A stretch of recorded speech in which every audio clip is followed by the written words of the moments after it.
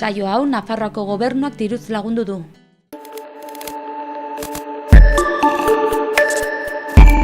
Kaixo ikusentzule eta ongi etorri gaurko saiora. Gaurko hontan ere Arizkunereara etorri gara. Izan ere Tomas Sobrinok bertakedarrak hemen jarri du bere esposizioa eta ikusteko desiotan gaude. Zatoz gurekin eta goza dezagun elkarrekin kuadro guztietaz. Eta hemen gaude Tomas Sobrinorekin. Zer moduz, Tomas?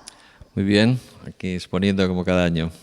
Zenbat urte daramazu hemen zure kuadroak erakusten? Pues este es el 23 verano que expongo con continuidad aquí en el Elizondo. Eta esperientzia nolakoa ari da izaten zure kuadroena eta jendearena? Bueno, a mí me sirve el exponer y estar aquí viendo a la gente, me sirve para saber lo que pasa con mis cuadros, ¿no? Lo que sienten y lo que me transmiten la gente que ve mis cuadros y lo veo en directo, ¿no? Eta nola ikusten duzu Nafarroan eta bereziki Baztanen dagoen ibilbidea margolari dagokienez? Pues hay mucha actividad de exposiciones aquí en Baztán y yo estoy encantado de que cada año haya más y que salga gente nueva y sobre todo joven exponiendo, ¿no? Porque nosotros ya vamos cumpliendo años y necesitamos relevo, ¿no? Bueno, ikusirik kuadro pila bat atera dituzula urtengoan ere bai, ikusgai denendako, goazen pixkat ikustera eta kuadroen inguruan hitz egitera bai.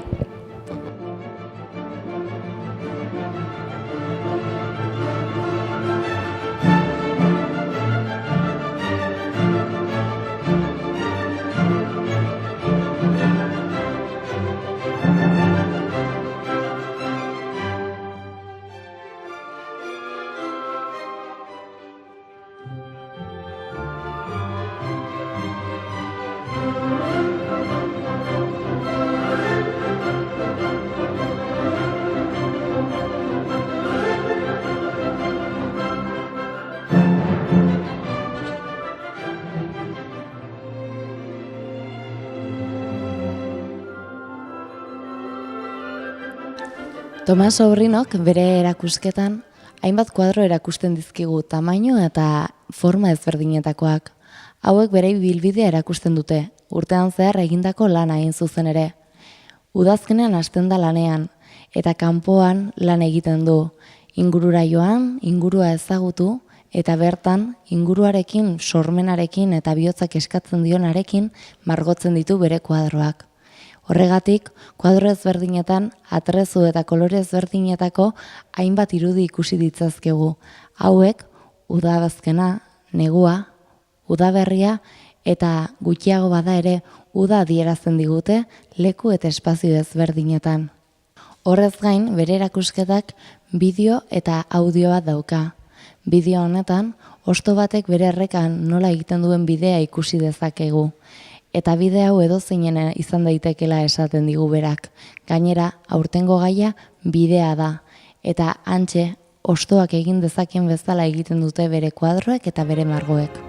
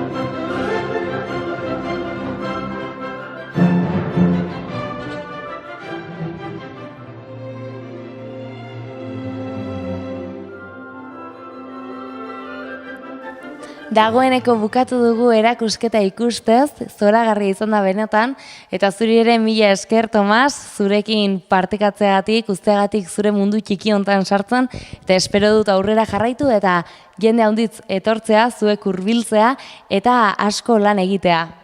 Bueno, muchas gracias a vosotros por venir a grabar esto y darle un poco de publicidad, ¿no? Ederki, zortea asko eta ikusiko gara berriz ere beste urteetan, bai? Vale, muchas gracias.